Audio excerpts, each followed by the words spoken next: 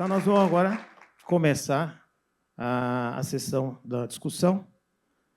Nós temos aqui 25 minutos. Eu pediria aos debatedores que não repetissem aquilo que já foi dito, justamente colocar dados de dúvidas e da aplicação na prática clínica. E o primeiro que eu convidaria é o professor Odair Ferraro, do Hospital do Servidor do Estado, para as considerações. Obrigado, Gebrim. Obrigado à Sociedade de Mastologia pelo convite.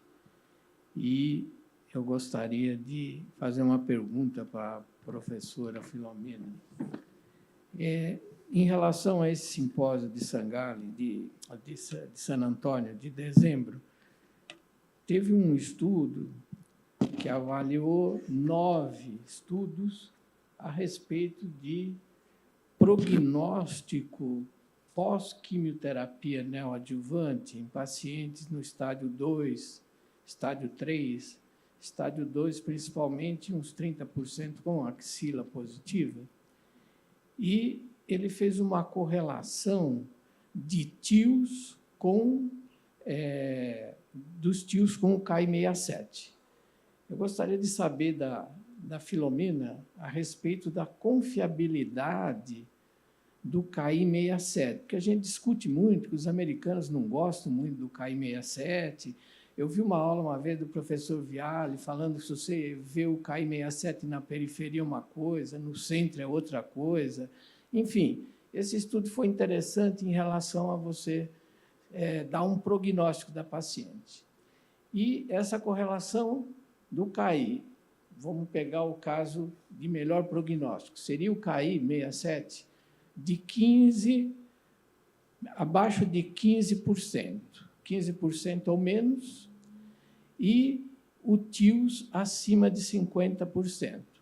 Nesse caso, ele coloca que se uma paciente tiver um tumor residual após a químio, tumor residual até 2 centímetros, a axila for negativa, e se você tiver esse TIOS acima de 50% e o KI abaixo de 15%, você tem uma sobrevida em 5 anos maior de que 90%. Então, sempre a angústia da gente é saber, será que esse triplo negativo é do bem ou é do mal?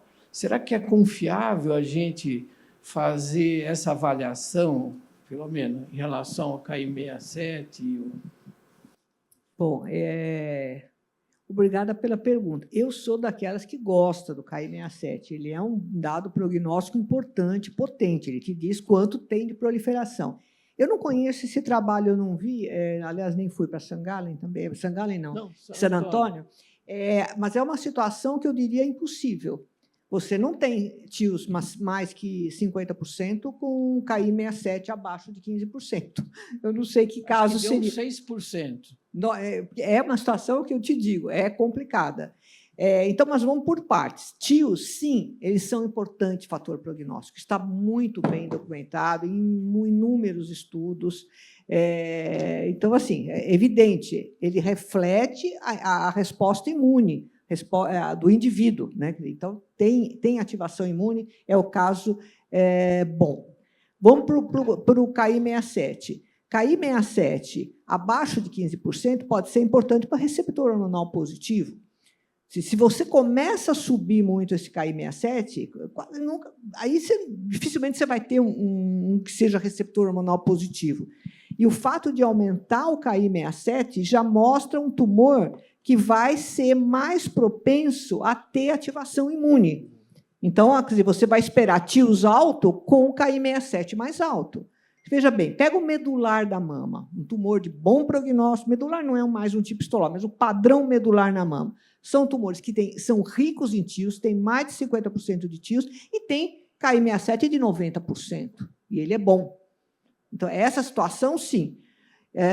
Então, eu falo assim, achar TIOS alto com Ki-67 baixo, eu acho acho impossível, como eu te falei, eu acho, nem acredito. Agora, vamos falar do KI67, se ele é confiável ou não. Ele é confiável. Quando você vai para os trabalhos que são bem estruturados, que vão avaliar o KI67, eles seguem um padrão, e a gente viu isso nos estudos para tumor receptor hormonal positivo, lá para os inibidores de ciclina, aquelas coisas todas.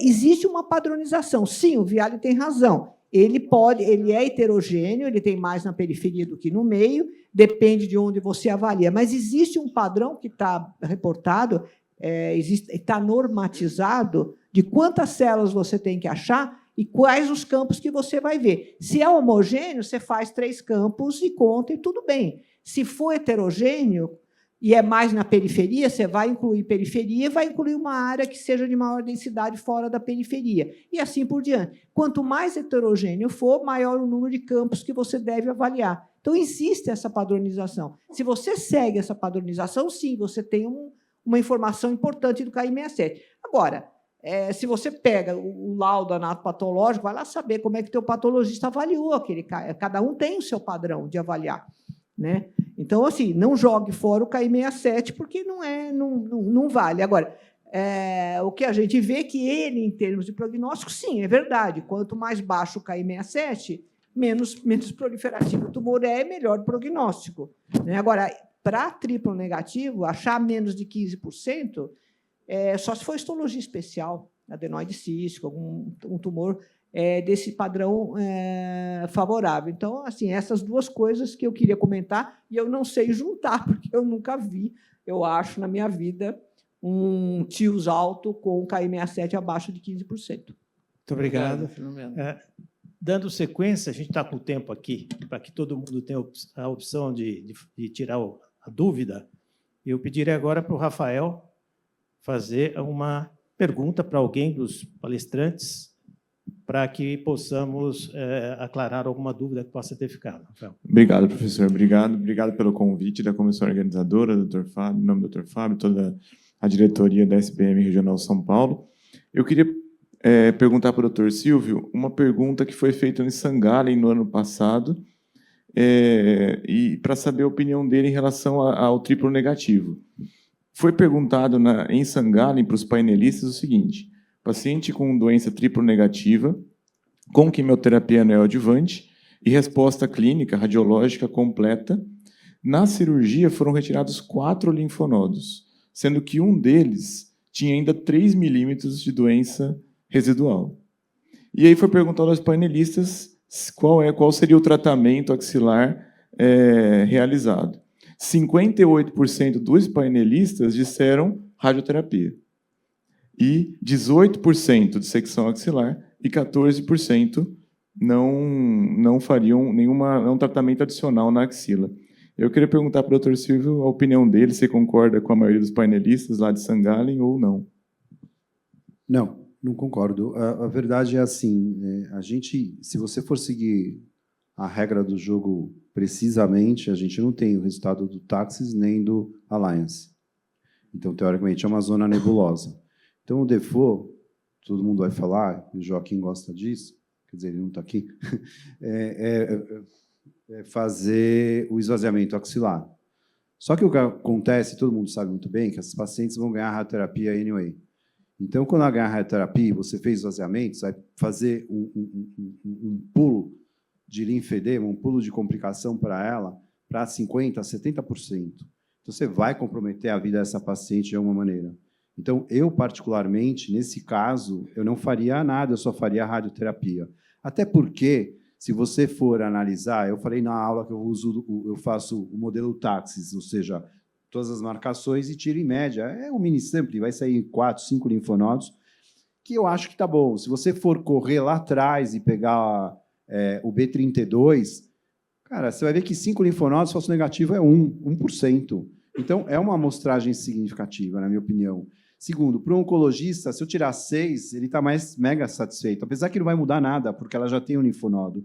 E essa é a proposta do Weber quando ele fez o estudo. Ele queria mostrar para os caras que tanto faz eu tirar 3 linfonodos comprometidos ou 10 comprometidos, essa paciente vai receber tudo que tem para receber da mesma maneira. Por quê? Porque já foi feito tudo que você podia fazer de melhor e deu ruim.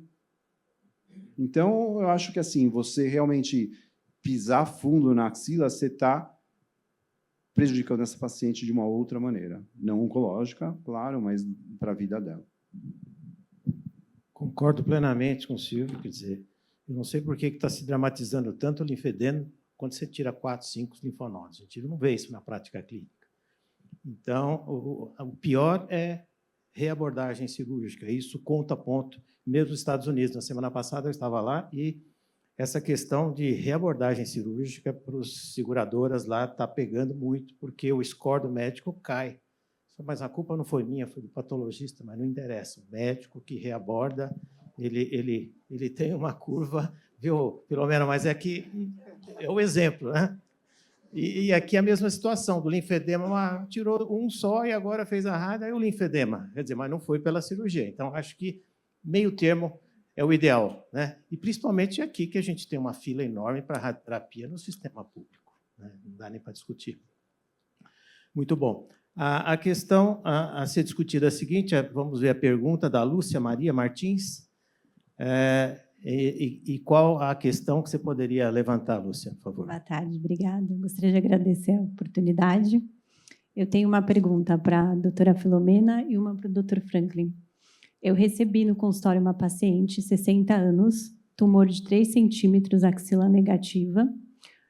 A biópsia veio como um carcinoma lobular, triplo negativo, um KM67 de 5%.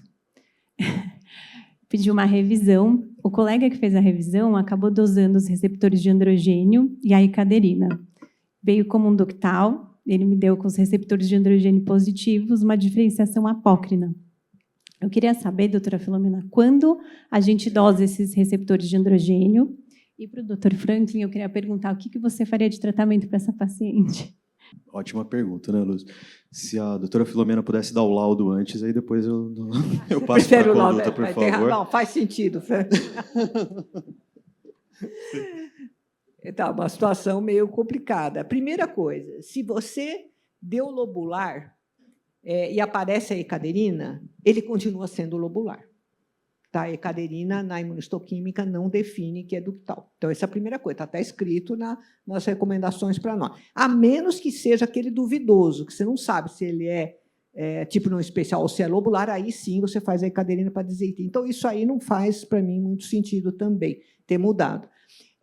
Então, viu, Franklin, lobular, por enquanto. Agora, 5% de KI67 num triplo negativo, mas tem o receptor de androgênio positivo, né? Então, é um apócrino. Quer dizer, do ponto de vista molecular, ele é um nominal apócrino. Só não tem os outros receptores. Então, não é, você vê, ele não é um triplo negativo, ele é um triplo negativo. Existe até uma proposta de um autor que falou, olha, vamos esquecer triplo negativo, vamos chamar o quadrinegativo aquele para valer. Aquele que, senão você teria que excluir também o receptor de androgênio. Então, nesse caso, está justificado. Eu acho 5% meio baixo demais, mas tudo bem, aí depende do método, como foi avaliar. Lobular é mais difícil de fazer KI67 mesmo, então, a rigor, eu acho que você tem isso na mão, Franklin. Um luminal, receptor de androgênio, baixa atividade proliferativa, apócrino. Perfeito, obrigado. Excelente laudo, doutora Filomena. Agora a gente até consegue trabalhar em cima dele, né?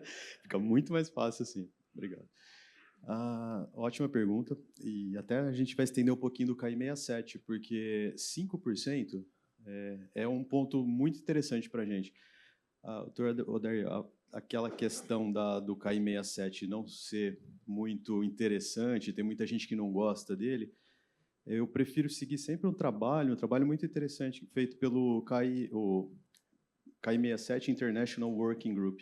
Eles pegaram um laboratório do mundo todo, fizeram uma avaliação de como que era o padrão de laudo em cima do KI67 e viram que, apesar de ter uma heterogeneidade naquela zona de penumbra, 14%, 15%, 20%, quando era abaixo de 5%, até 5% ou 30% ou mais, era quase total a concordância entre laboratórios. Então, o KI67 para essa faixa, que é até 5%, me dá uma segurança muito grande que eu posso usar, né, para falar que é um tumor de baixa proliferação com uma outra classificação. E até quando eu coloquei na aula, tinha um slide lá interessante. Quando a gente vai falar de triplo negativo, eu preciso pensar, no primeiro lugar, se ele não está no meu subtipo de muito bom prognóstico, que é menos que 1% dos casos, que é esse. Apócrino, baixa proliferação, se, inclusive, o que a gente tem que despertar, ligar o radar, é um tumor que provavelmente era grau 1, grau 2, era bem diferenciado, que ele foge daquele padrão de grau 3. Então, um tumor triplo negativo, grau 1, com baixa proliferação, esquece, não vamos cair naquela rotina nossa de triplo negativo. É outro tumor. Não se aplica tratamento sistêmico, tratamento cirúrgico preferencial. Tudo aquilo que a gente viu de imunoterapia relacionado ao triplo negativo, ele apaga, cirurgia, e a gente vai tratar muito mais como um luminal em relação à abordagem, à expectativa de prognóstico e tudo mais. Então, o KI67 de 5, nesse caso, ele se aplica, né, doutora Filomena? Acho que... Muito bom. Sim, Pode tem tocar. outro dado, o Gebrim me dá, só bem rapidinho. Tem um trabalho muito interessante que, quando você vê o serviço da vida real, cada um trabalha com um grupo, etc., não importa o método que o KI67 foi avaliado, ele é sempre prognóstico. Seja porque o indivíduo só considerou a borda, seja porque ele considerou só os hotspots, que é a área de maior densidade, seja por aqueles que consideram a média. Ou seja, os grupos de patologia usam métodos diferentes, mas não importa o método, eles fizeram as curvas de sobrevida, claro que o cutoff é diferente, mas naquele grupo ele é importante, é bom, tem valor prognóstico, mais alto, mais baixo para aquele grupo. Então, assim, gente, acredita no KI67, eu acho que é uma coisa importante. A medicina hoje em dia virou um go, no go, né? Todos os nossos fluxos até 12,75 eu considero 12, assim, esse go, no go é muito problemático para a gente. Facilita, dá uma segurança jurídica muito grande, uma tranquilidade, uma paz de espírito, mas os fenômenos biológicos não são assim. Então, se a gente considerar o KI67 para esse gol no gol é abaixo de 5, acima de 30, e até vale para a gente pensar. Tem quantas condutas a gente não faz? Até 2 centímetros eu faço isso, 2,00001 centímetro eu faço... Não.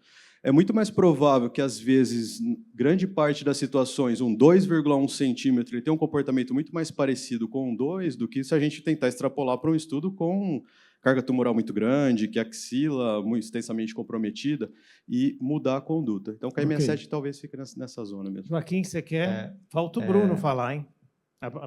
Bruno, rapidinho, porque ele a gente aqui tem anotando, menos de passou 10 ali minutos a pergunta dele. Rapidinho, então. Obrigado a todo mundo aí, principalmente a diretoria, pelo convite.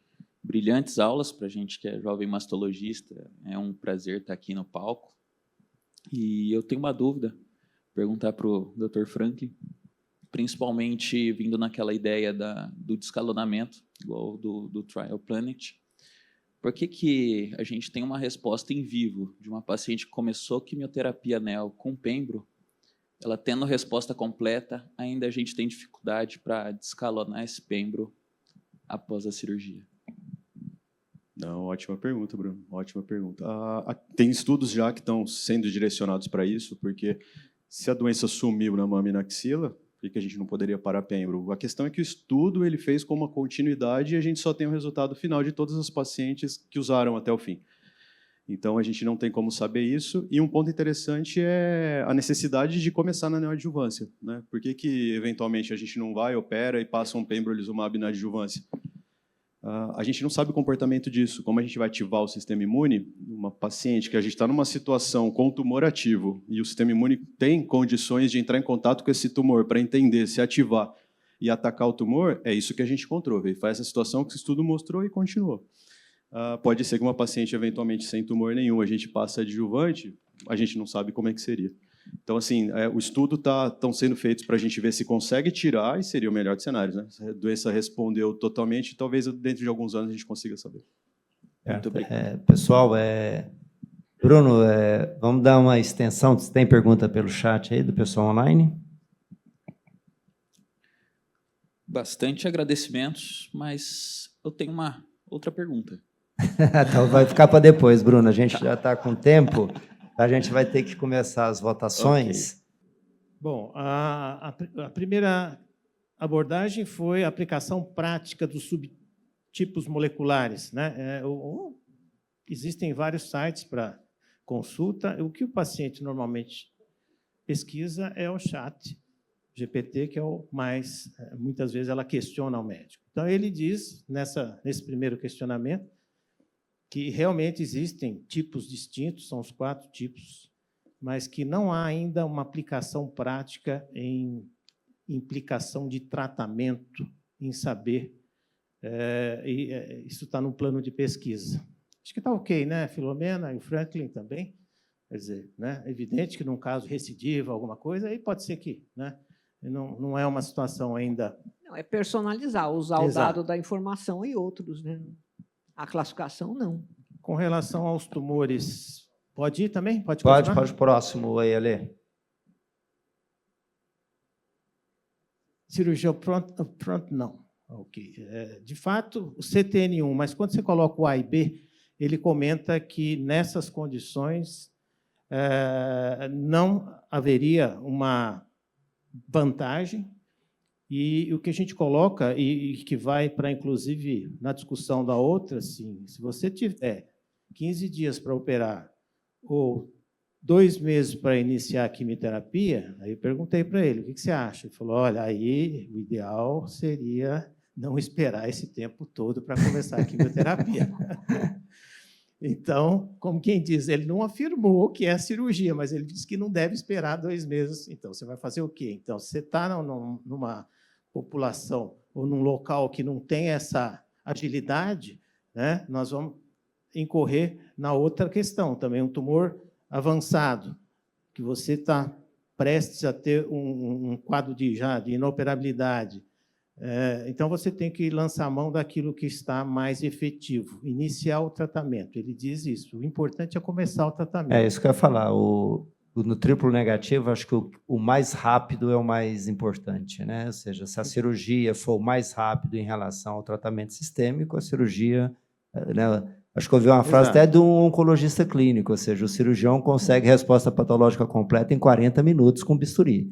Então... E a gente que tem uma população de 30% de câncer de mama em mulheres mais jovens, abaixo de 40, 45 anos, quer dizer, não é rastreável. O tipo negativo e o HER2, ele é palpável. Dificilmente você pega ele com 5 milímetros. Consultório, ok. Então, isso no mundo inteiro. Nessas condições, o mais importante é diagnóstico rápido, não ficar repetindo imuno, né? E agilizar o tratamento. Exato. Okay? Próximo.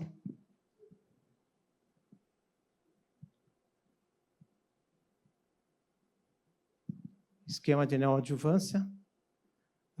Deu 67% não e 33% sim. Ele já diz que tem diferença, é óbvio, né? Mas aí depende da disponibilidade local do seu seguro-saúde ou da condição que você está, mas realmente há diferença em sobrevida. E o que a gente tem que questionar é o seguinte, salva vidas? Depois a segunda pergunta, sim, salva, mas quanto vai custar? É a condição para fazer esse tipo de conta? É evidente que aqui é muito difícil, né? Mas existe essa condição de diferenciar o tratamento, sem dúvida. Tá? E só estendendo aqui para você, Franklin, o T2N0, uma doença mais inicial triplo negativo, você abre mão de algum dos tratamentos sistêmicos? Então, para você, praticamente é igual. Não. Pela agressividade da doença, a partir de T2N0 é tratamento. O full, e aí que tiver vai, direito. E aí vai com a mesma coisa, até maior gravidade. Nem descalonar antracíclico. A gente não consegue ter consegue, essa segurança ainda de abrir mão, né? Ainda. Perfeito. Próximo e último. A linfadenectomia, né? Então, o que foi colocado é que não há ainda essa opção, né, de evitar, principalmente nos casos onde a axila é fortemente positiva. Você tem que fazer o linfonodo sem sentinela e essa abordagem, porque os métodos de imagem muitas vezes enganam a gente, realmente. A gente vê na prática clínica, a ressonância está negativa, o oncologista fica animado quando você vê sentinela positivo, quer dizer, o patologista precisa da informação e até que ponto o número de linfonodos comprometidos pode impactar na continuidade do tratamento. Então, essa amostragem, que foi mostrada muito bem pelo Silvio, 4, 5, quer dizer, às vezes você acha que está tirando 3, vem 8, e às vezes também o inverso. Mas o importante é que ela deva ser feita assim, não pode ser omitida, não. Acho que a grande questão, acho que o Silvio pontuou bem na aula dele, é que o N2 é um número... uma população muito pouco representada em todos os estudos, né? Então, normalmente, é basicamente N1, na grande maioria das neoadjuvância, né? Então, o N2, ou seja, aquela carga tumoral bem exuberante, ainda a gente não tem uma definição, né? Ou seja, acho que a dissecção axilar realmente tem que ser a prioridade, salvo algumas exceções, que o Silvio colocou muito bem, né? A resposta patológica completa na mama é um bom indicativo que vai responder na axila também, tá? Então, e, óbvio, dentro desses cenários. Já abri mais alguma consideração? Não, o que eu quero colocar nesse caso é o seguinte: hoje a gente tem, em condições ideais de consultório, de pedir o PET. E aí vem 10%, 15% de metástase. E aí o Franklin, bom, numa condição como essa, isso vai mudar o seu esquema terapêutico, não muda? Então, se você não está na condição ideal de estadiar, surge mais esse problema, né? Quer dizer, não é só a axila culpada, né? É a questão hoje de não ter acesso, às vezes, a um método mais completo. Você quer completar em relação a isso? Se for uma doença metastática, um de novo câncer? Sim, Sr. Geblin. Assim, a questão da gente, de quão agressivo a gente vai ser no rastreamento, né? Se só com tomografias ou PET, o tratamento muda completamente. Tanto muda que o que a doutora Filomena disse até na aula dela, aquilo que a gente disse da não aplicabilidade na prática clínica no câncer inicial, da gente saber todos aqueles tipos, no câncer metastático passa a fazer sentido, porque a gente precisa entender a expressão do PDL1, precisa entender a expressão do ER2, até para classificar o tumor e definir a terapêutica, aí muda sim. Muito. Alguém da plateia pode abrir para uma ou duas questões, Joaquim? Pode, temos 4 minutos. 4 minutos. Então, 4 perguntas de 10 segundos. Alguém queira fazer algum posicionamento, alguma observação, fique à vontade. Os microfones em 2 dos corredores. Pois não, professor Gustavo.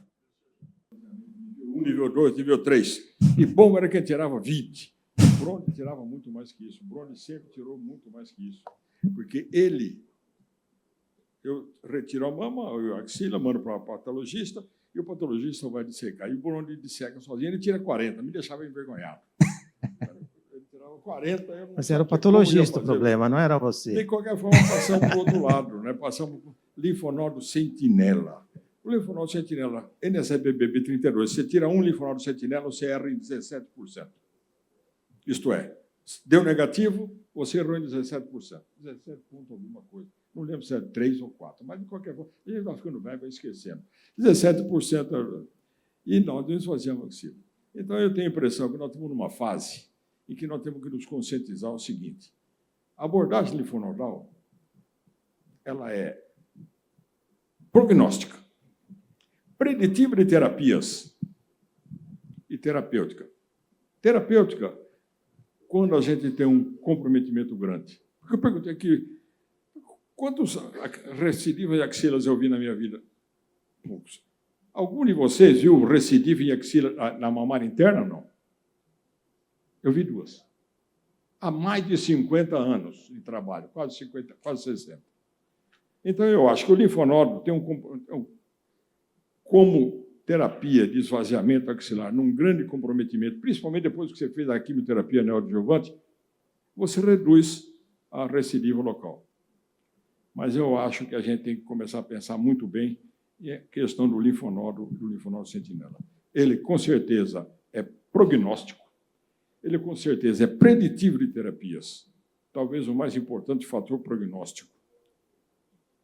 Terapêutico, em alguns casos, porque quando eu tiro um linfonodo e não esvazio a axila, eu deixei 17%. E se eu fiz uma mastectomia, por exemplo, eu não vou irradiar. Se eu fiz um tratamento conservador, eu irradio. Então, trataram, porque terapia logo regional é cirurgia e radioterapia. A terapia sistêmica, quer seja ela quimioterapia, hormonioterapia e a nova bioterapia, como quiser chamar, ajuda no tratamento logo regional. Perfeito. Pessoal, agora a gente vai... Na sua tese, no seu concurso, eu não fiz isso para você, né? Eu fiz assim para você. E quando ele foi com docência, ele não fiz isso para ele. Agora ele está fazendo para mim. Isso é falta de respeito. Afinal de contas, eu estou olhando não, aqui, mas é o Joaquim que está mandando aqui. Não. Eu estou vendo aqui que eu sou o mais antigo. Não o mais velho, mas o mais antigo. O Brony é mais velho que eu. Tá, pessoal, agora a gente vai ter um intervalo de 20 minutos e, na sequência, a gente vai para a segunda mesa, tá? Obrigado a todos, foi excelente. Tudo